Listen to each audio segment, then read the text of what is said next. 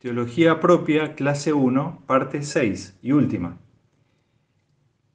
Em, en las partes anteriores, nosotros resaltamos algunos de los peligros de cierta manera de hacer o de practicar la teología. Pero sin embargo, el más grave de todos los peligros al que se enfrenta la teología es el de no reconocer sus propios límites. Vamos a ver algunos ejemplos. La manera en que la teología se olvida más frecuentemente de sus propios límites es descuidar que siempre existe la teología dentro de un contexto y que ese contexto le da una perspectiva que es siempre parcial, que es concreta, que es provisional. Eh, Muchas veces los teólogos se han hecho la ilusión de que lo que dicen no refleja de manera alguna sus propias circunstancias, así que es la pura verdad de Dios. Cuando alguien ve o interpreta algo desde una perspectiva diferente, a ellos les parece que lo que se está cuestionando no es lo que esos teólogos han dicho, sino la misma verdad de Dios. Pero lo cierto es que toda teología se hace desde una perspectiva, dentro de una situación histórica, con ciertas preguntas en mente, y que por tanto ninguna teología es universal y eterna.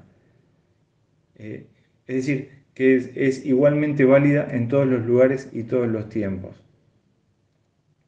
Esto es muy claro para cualquiera que escucha alguna predicación de hace 2 o 3 décadas atrás. Los temas de los que se predica, los conceptos de los que se predica son los de ese tiempo. Y al oído del año 2021, esos temas y esos conceptos parecen de otra época, parecen muy lejanos.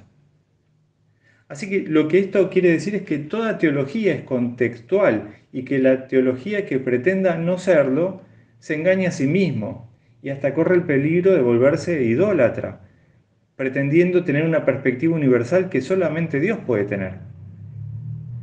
Ahora, por otra parte, esto no quiere decir que cada teólogo o teóloga puede afirmar lo que mejor le parezca.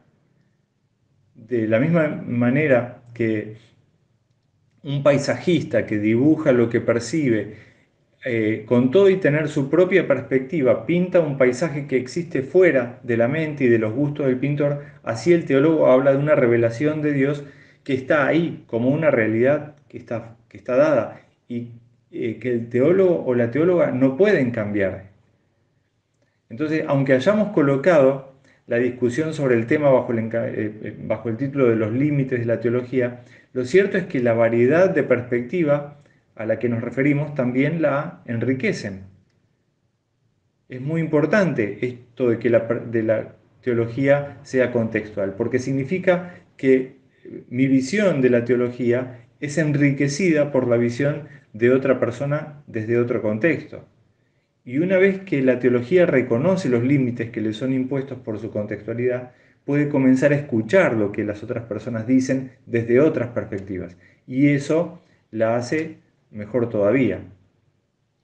Pero finalmente, si la teología trata acerca de Dios y de sus propósitos, y sin embargo sigue siendo una tarea humana, resulta muy claro que sus palabras son siempre transitorias, son provisionales, parciales, son precarias. Nadie va a negar que la teología es una actividad humana. No estamos pretendiendo transmitir palabra directa de Dios. Lo que estamos pretendiendo transmitir son las reflexiones de las personas humanas que meditan sobre la revelación de Dios y del consenso de la comunidad cristiana, no de las personas individuales, sino de lo que uno ha dicho en el contexto de su comunidad y en su propio contexto histórico y cultural. El que hace teología, por mucho que procure ajustarse a la palabra de Dios, y mientras más procure ajustarse a ella, tiene que reconocer el abismo que existe entre sus palabras y las de Dios. Las palabras de la teología no son las palabras de Dios. Las palabras de las teologías son las palabras de los hombres y de las mujeres que hablan acerca de Dios. Pero esto no de ninguna manera es una manera de desacreditar la teología, porque la revelación de Dios se hace en el contexto humano.